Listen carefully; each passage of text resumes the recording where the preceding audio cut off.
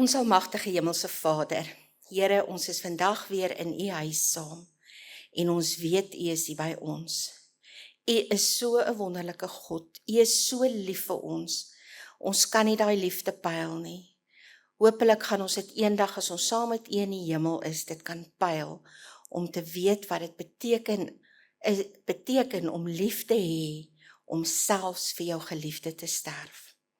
Here, lei ons in hierdie program, lei ons vir die dag en help ons om goed te doen aan mekaar, maar bo alles om U lief te hê. Amen.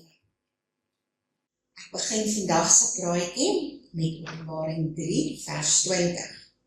Kyk, ek staan by die deur en ek klop.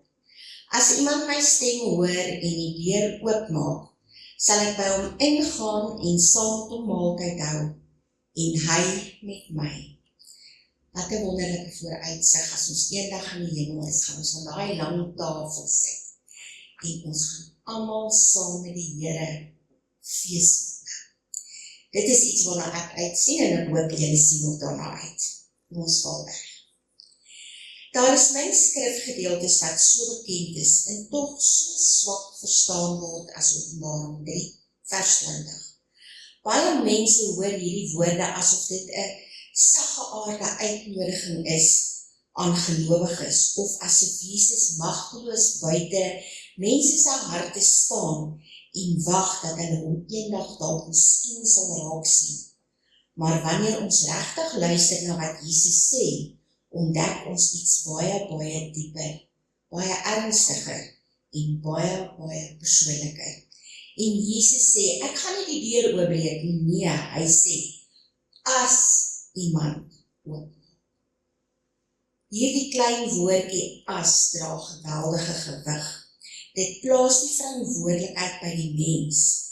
Dit maak dit duidelik dat God niemand dwing nie. Liefde dwing nie. 'n Verhouding kan nie afgedwing word nie. Ek kan nie iemand dwing om my lief te hê soos wat ek dit graag wil hê nie. Daai persoon het iets eie uit my lief. Die deur van jou hart het nie 'n handvatsel aan die kant van God nie, net aan jou kant.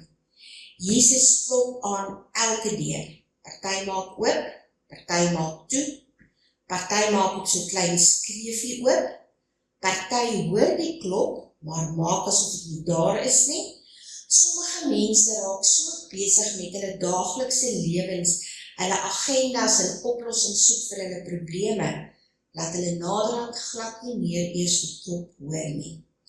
Die vraag is dus nie of Jesus klop nie. Die vraag is, gaan jy oopmaak? Wat hierdie verse nog skerper maak, is die konteks waarin dit geskryf is.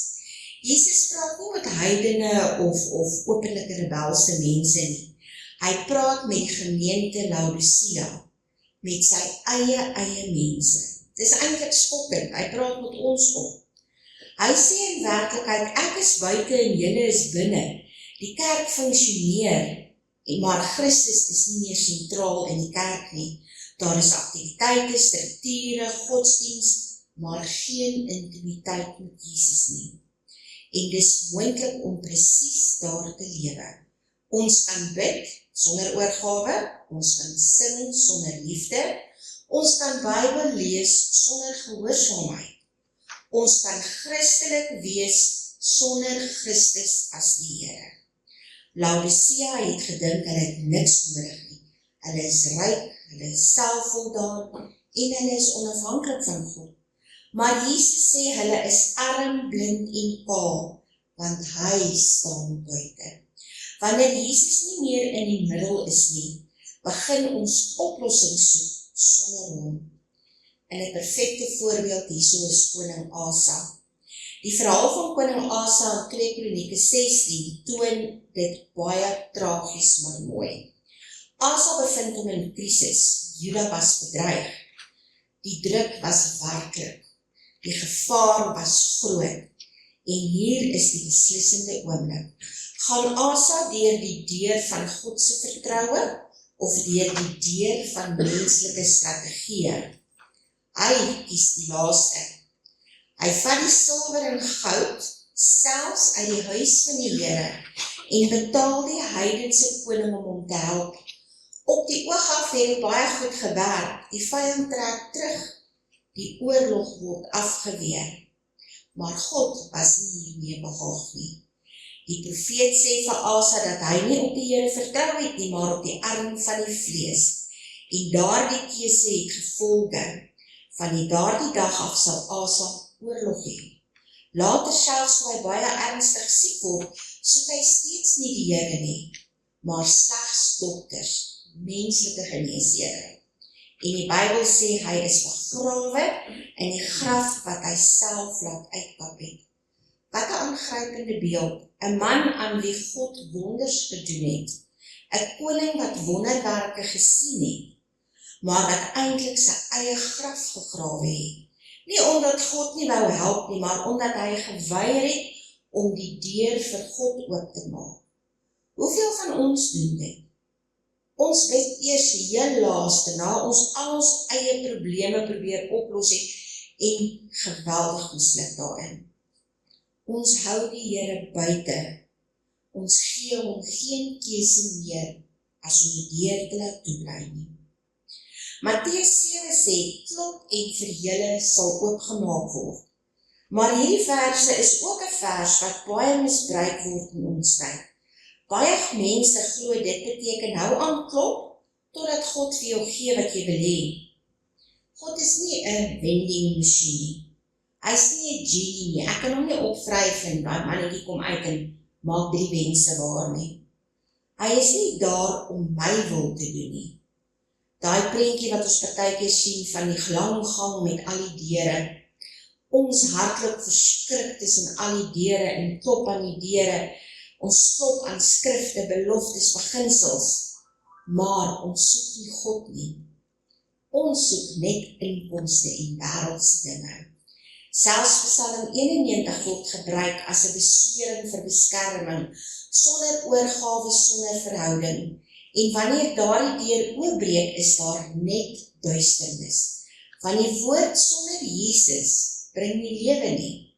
Daar is net een deur wat na die lewe lei. En dit is Jesus. En Jesus sê duidelik, ek is die deur.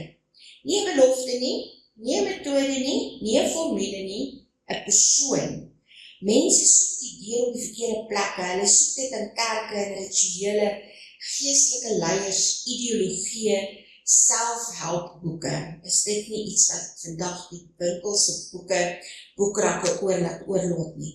Politieke oplossings, ekonomiese sekerheid, finansiële stabiliteit. Maar die deur is binne in jou hart en jy het die sleutel in jou hand. Dit is moontlik om elke dag die klop te hoor en tog nie oop te maak nie. Want oopmaak beteken nie net troos nie, oopmaak beteken volle oorgawe. Dit beteken om beheer prys te gee. Dit beteken om jou eie planne en onsekerhede en vrese neer te lê. Jesus wil nie net by jou inloer nie. Hy wil inkom, hy wil by jou bly. Hy wil oor jou heers, hy wil in jou hart heers. Hy wil aan die hoof van jou tafel sit. Hy wil nie in die voertuig se kattebak ry nie. Jesus sê saam met die klop, ek bestraf en tug elkeen wat ek lief het. Dit is nie verwerping nie, dit is net liefde. Beskerming is nie iets wat jy teensinnig doen nie, dit is iets wat jy nie uitstel nie. Dit is 'n reaksie op genade. Om jou deur oop te maak beteken, jy hou op om God te probeer gebruik. Jy hou op om jou eie wil te beskerm. Jy hou op om van deur tot deur te hardloop. En jy buig jou knieë voor die deur, Jesus self. Wanneer jy dit doen, gebeur daar iets wonderliks. Jesus kom in. En hy hou saam met jou feesmaal. Nie net een dag nie, nie net in die hemel nie, hy doen dit elke dag saam met jou. So uiteindelik kom alles hierop neer.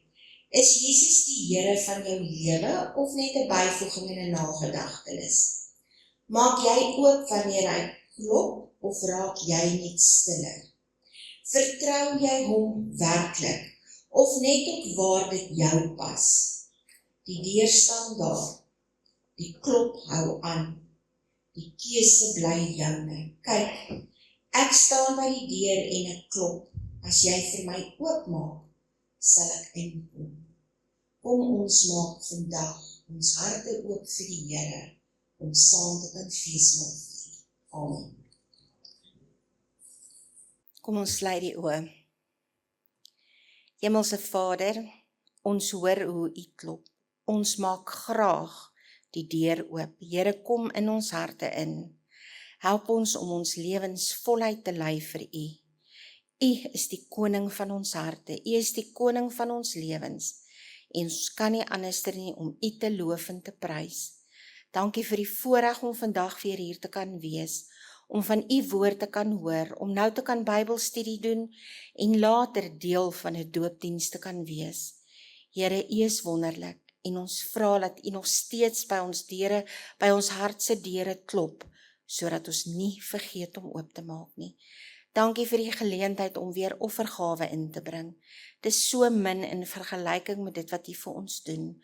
Maar Here, seën dit en lei die hande wat dit moet uitdeel om U werk te voltooi. Ons bid hierdie dinge nie omdat ons dit verdien nie, maar slegs in Jesus se naam. Amen.